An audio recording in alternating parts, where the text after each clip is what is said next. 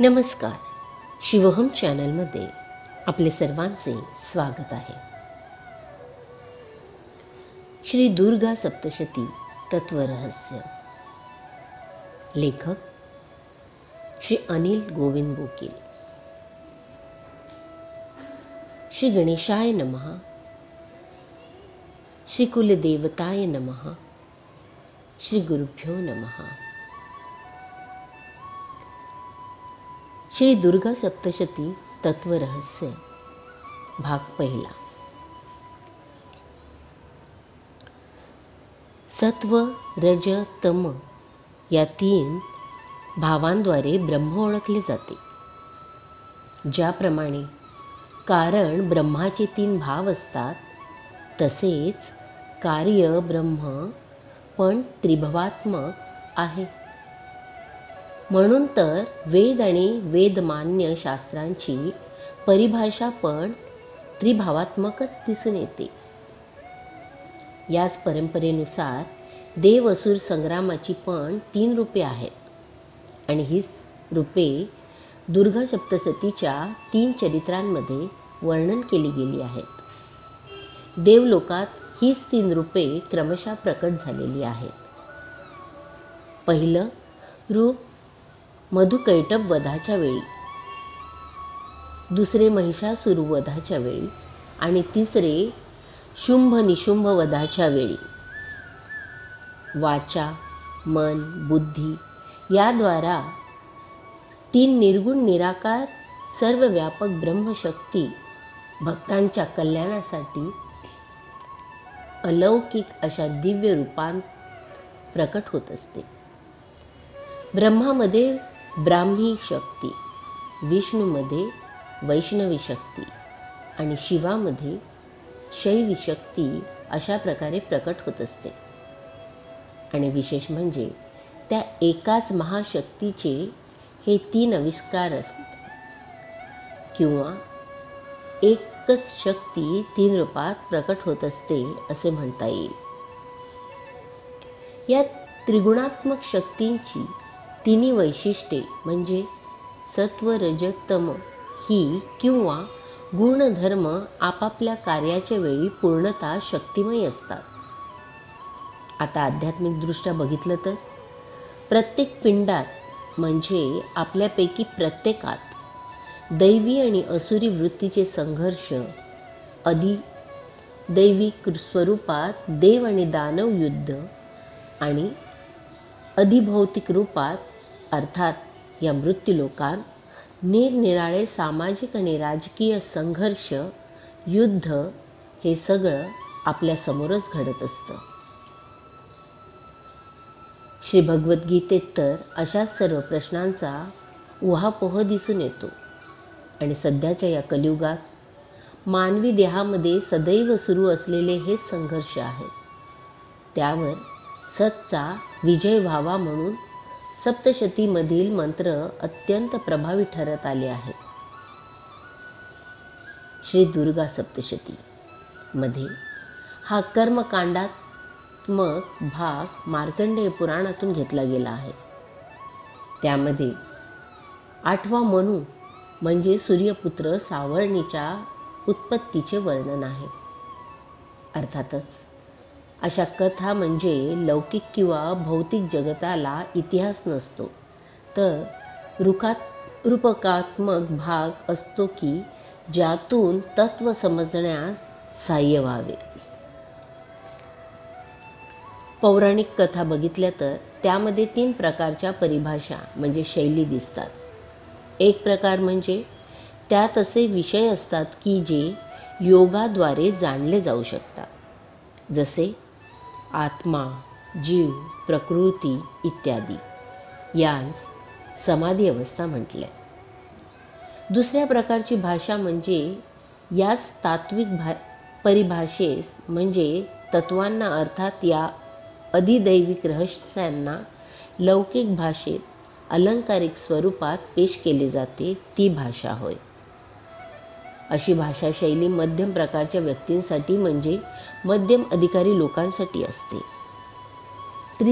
तिसऱ्या प्रकारची भाषा म्हणजे पुराणाची भाषा होय.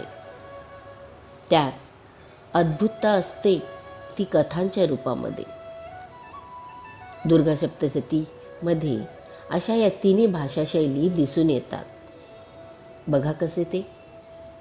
राजा सुरत आणि समाधी वैश्य याबद्दल एका प्रकरणात जे पौराणिक भाषेत सांगितले तेच देवतांच्या स्तुतीमध्ये त्यांचे महात्म्य सांगत लौकिक भाषेत सांगितले. राजा सुरत आणि समाधी वैश्य या ऋषींनी पौराणिक भाषेत भगवतीची तिन्ही चरित्रे कथन केली आहेत, कारण ते उच्च दर्जाचे अधिकारी नव्हते. तात्विक भाषा त्यांना आकलन नसतीच झाली.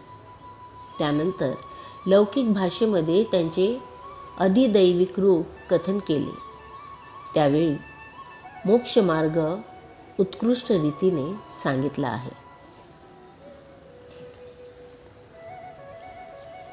ज्ञानी नामपि चेतांशी देवी भगवती हि सा बलादा कृष्य मोहाय महामाया प्रच्छति तया विसृज्यते विश्वं जगदेत चराचरम शैषा प्रसन्ना वरदा नृणाम भवती मुक्तते सा विद्या परमा मुक्ते हेतु भूता सनातनी संसार बंध हेतश्चु सैव सर्वेश्वरेश्वरी.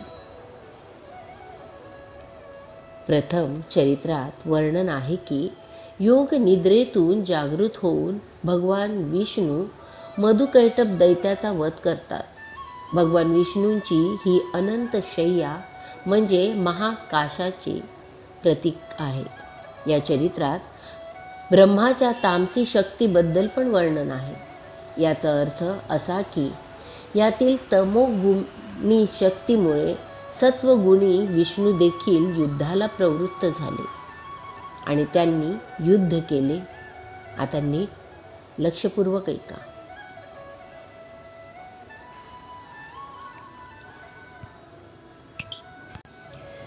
यातील सत्वगुणी म्हणजे ज्ञानमय आत्मा आणि त्याचे प्रमुख आहेत भगवान विष्णू, जे म्हणजे स्थितीतत्व.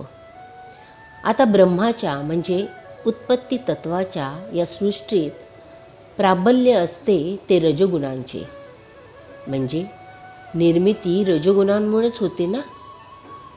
त्यात सत्वगुण गौणच. अशी अवस्था म्हणजेच भगवान विष्णूंची निद्रा जगतात. सृष्टी निर्माण करण्यासाठी ब्रह्माला समाधीयुक्त म्हणजे चिंतन करण्यासाठी ध्यानमग्न होणे आवश्यक असते. सृजन करताना जशी विघ्ने अडचणी येतात त्याचप्रमाणे ब्रह्माच्या या समाधी भावात पण दोन प्रकारची विघ्ने असतात. पहिला म्हणजे नाद आणि दुसरा नादरस. नादाचे वैशिष्ट्य हेच की तो आपल्या आकर्षण शक्तीने कोणालाही तमोगुणात लोटून देऊ शकतो. हाच नाद म्हणजे मधु. आणि समाधी भावाचे दुसरे विघ्न म्हणजे नादरस. यामुळे यात लिप्त होण्याचा मोह होतोच आणि साधक अंतर्मुखी बनण्याचा प्रयत्न करीत असला तरीसुद्धा आपोआप बहिर्मुख होऊ लागतो. त्यामुळे आपल्या ध्येयापासून भरकटू लागतो आणि याचाच परिणाम म्हणजे तो निर्विकल्प समाधी, म्हणजे ज्यामध्ये ज्ञाता आणि ज्ञेय यात भेद राहत नाही, त्या अवस्थेचा त्याग होतो त्याच्याकडून, अगदी त्याच्याही न कळत. मग अर्थातच त्याला सविकल्प समाधी अवस्था मिळते. हाच नादरस म्हणजे कैटभ. असं बघा की मधु आणि कैटभ हे दोन्ही शब्द नादाशी संबंधित आहेत. नाद श्रवण केला जातो तो कानांनी, म्हणून त्यासाठी सप्तशतीमध्ये विष्णुकर्ण मलोद्भूत अशी शब्दयोजना केलेली दिसते. मधुकैटभ आणि विष्णुकर्ण मलोद्भूत हे रूपक आता लक्षात यायला लागलं असेलच आपणास.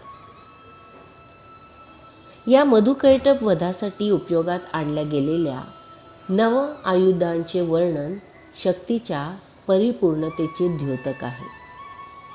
हेच ते महाशक्तीचं नित्यस्थित अध्यात्मस्वरूप. हे प्रथम चरित्र सृष्टीच्या तमोमय रूपाचे वर्णन करीत आहे. म्हणूनच तर या प्रथम चरित्राची देवता आहे महाकाली.